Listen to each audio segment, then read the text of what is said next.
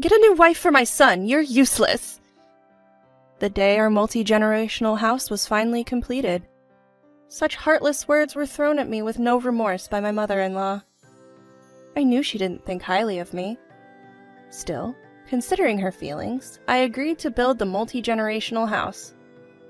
Yet I never imagined being treated with such contempt. With words stuck in my throat, I stared at her with her smug smile. My husband looked pale as a ghost, but she didn't know. She didn't know the impact those words would later have. My name is Elena, 30 years old. After graduating from vocational school, I worked at a production company, drawing illustrations. 2 years ago, I became an independent contractor, and now I work as a freelance designer. There are no benefits like when I was employed, nor are there any set holidays. But my income has increased significantly, and I am able to save more than enough. My husband, Camille, who I married 3 years ago, has been my biggest supporter. He was the one that pushed me when I was contemplating becoming independent. "Elena, I believe you can be successful even on your own," he said. "But if I fail, I'll lose my income, and it will be a burden to you, Camille. Don't worry about that. We're a team, remember? If you want to try something new, I want to support you." "Camille, don't worry. Even if anything happens, you're not alone. I'll support you with all my might." "Thank you. I'll give it a shot." And so, with Camille's support, I became an independent freelancer. At first, jobs were scarce, and my income was close to zero. But with my husband's support, I didn't give up and kept going. Now, 2 years later, I have more work than I can handle, from regular jobs to major projects. Somewhere along the line, my income exceeded both my previous income and my husband's, and now my annual income exceeds $10 million. We started spending more luxurious time together, like going shopping, traveling to match my husband's days off thanks to our comfortable financial situation. Then one day, while working at home, I started feeling a little unwell. When the discomfort didn't subside after a few days, I went to the doctor, and to my surprise, I was pregnant. I went home and nervously awaited my husband's return. In the evening, as usual, he came home and I immediately brought up the topic. "Hey Camille, you know I haven't been feeling well lately, right? So I went to the hospital today." "Oh right, I'm sorry I couldn't go with you.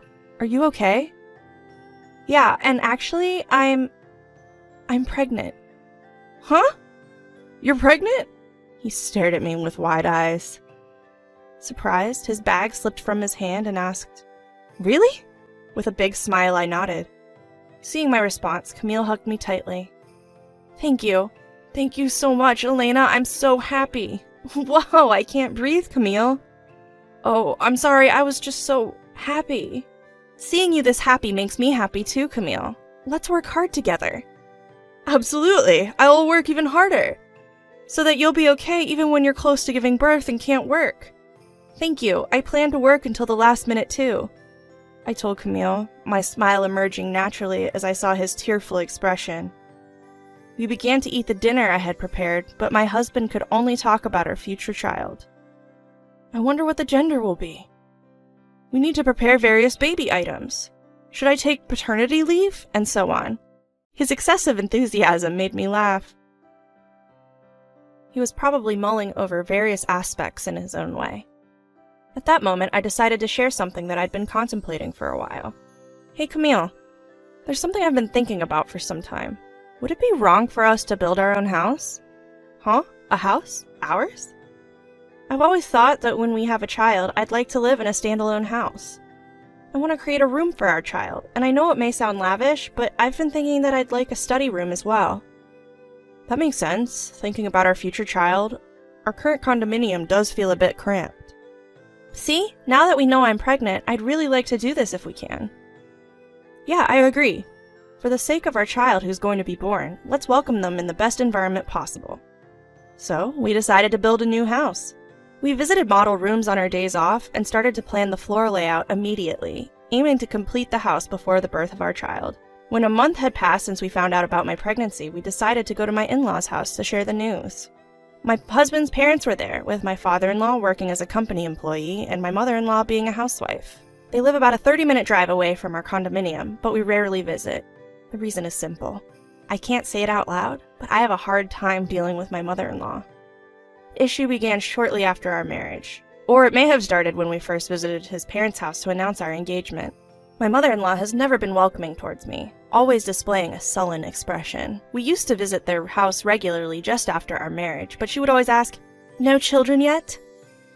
Moreover, she didn't understand my job and often said, "Drawing for a living is not a real job," when my husband and father-in-law were not around. I gradually began to avoid going to their house due to her insensitive comments.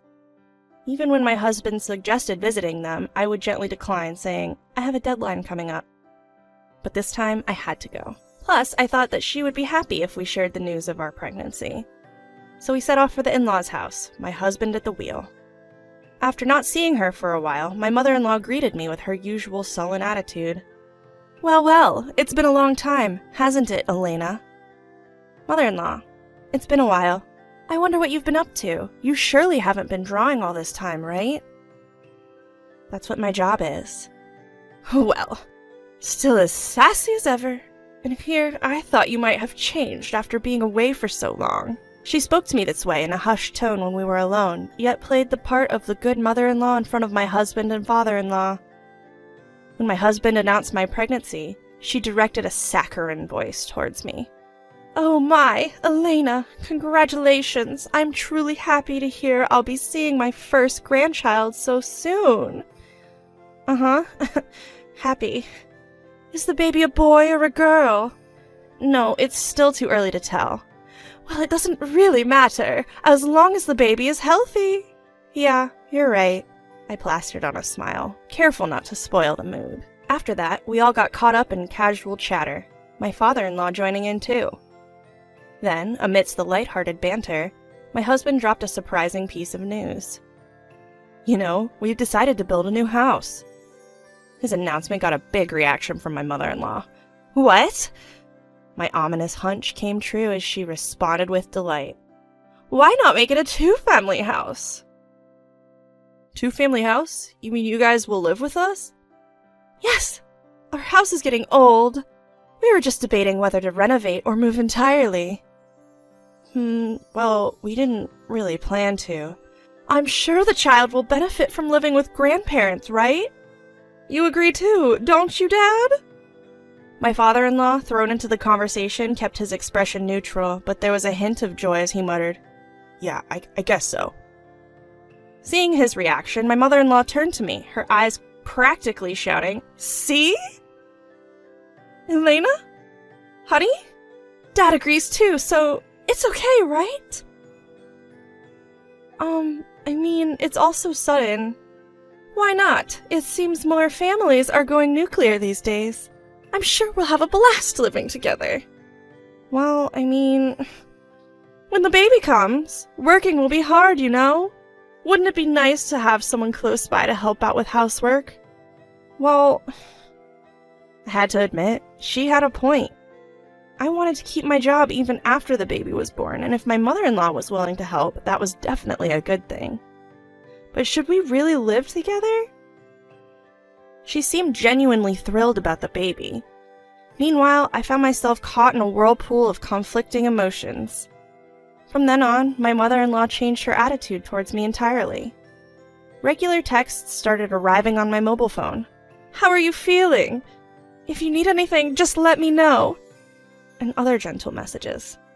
Maybe the pregnancy made her reconsider her attitude. I began to lower my guard just a little. One day, my husband asked, "What are we doing about the two-family house thing?" With my mother-in-law's increasing kindness, my thoughts began to shift. "Well, since your parents are so insistent, maybe we should give it a shot." "Really? Are you sure? I thought you didn't like my parents." "True, I was a bit wary of your mother and avoided going to your parents' house. But ever since we found out about the baby, she's been really kind. I think I want to give it a shot." "I see. Thank you, Elena. My mom can be a bit self-centered, but I think she's genuinely looking forward to our child." "Yeah, I get it. It really comes across." "Well, we need to revise our plans then. Let's discuss it with the construction company." A few days later, we visited the construction company we had consulted earlier and told them that we wanted to move forward with building a two-family house. Since we had some floor plans in mind, we decided to expand on them. The plans for our new home progressed steadily, with us sometimes even bringing my in-laws along to the construction company. but I was still oblivious, unaware that this decision would lead to such a predicament. A few months later, as I was about to enter my 3rd trimester, we started the construction. When I called my mother-in-law, or MIL, to share the news, she dropped a bombshell. "Ah, I've waited so long for this moment. I was getting pretty sick of having to be nice to you." "What, mother-in-law?" "Your baby's a girl, isn't it? You're so useless. Didn't I tell you not to have anything but a boy?" "Oh, wait a minute. When I told you the gender last time, you said, 'Girls' clothes are cute. That's nice, too.'" "That's because your husband and Camille were there. You're not an idiot, are you?" "Is that so?" Her words hit me like a blunt object. I was speechless. She continued mercilessly. "Just to let you know, it's too late to regret it now, you know? The house is already under construction. I was just buttering you up to live in the new house." "Mother-in-law?" "Oh, by the way, I've prepared quite a few things, too. Look forward to it, okay?" With that, she hung up, leaving me with the dial tone. I had no idea what mother-in-law meant by reparation, but the shock that she hadn't changed a bit was even more significant. I wanted to talk to my husband, but I couldn't muster the courage to say it to his happy face, saying, "It's almost here." I thought I would finish giving birth first, calm down, and discuss it by the time the house was finished. A few months later, our daughter was born safely, and the house was completed about half a year later. We had already told my husband the rough details, and decided to keep the relationship with mother-in-law to a minimum, but let her live in the 2-family house we had built. However, on the handover day, mother-in-law, who was swollen with anticipation, said to me, "Finally, this moment has come. Elena, thank you for your hard work. Now you're on your own. Good luck with your job and childcare." Excuse me, mother-in-law? Not just me, but my husband and father-in-law, who were present, were also at a loss for words. Thinking the house was built so anything would do, mother-in-law continued to utter ruthless words. "I'm sure you know, but I hate a charmless bride like you. If you understand, why don't you just leave with that child?" "Wait a minute, what are you saying?" "I've found a new bride for my son. Divorce your incompetent husband." "A new bride?"